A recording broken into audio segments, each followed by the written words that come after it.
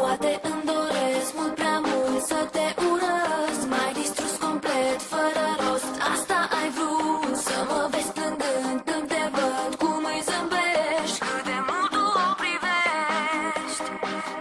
Nu te înțeleg, chiar ai vrea să-ți aparțin, să mă moleșesc când te văd, să nu-mi refizi, să cerșesc mereu ceea ce cândva eu aveam, cât de mult noi ne iubeam.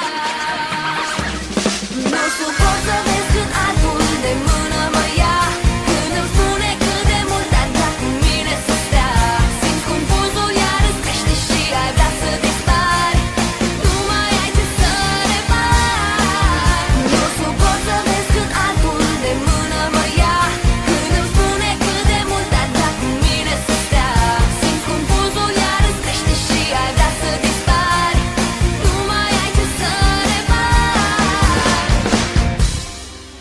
Poate îmi doresc mult mai mult să mă iubești, să te întorci plângând și să-mi spui că n-ai să greșești, că sunt singura la care tu mereu te-ai gândit. Poate asta mi-am dorit. Nu mai sunt la fel cum eram, nu mai suport să mă vezi plângând, suspinând, să sufăr non-stop, pentru că nu știi dacă poți lupta pentru noi. Poate am visat în nu suport să vezi când altul de mână mă ia, când îmi spune cât de mult ar vrea cu mine să stea. Simți cum pulsul iar îți crește și ai vrea să dispari, nu mai ai ce să repari.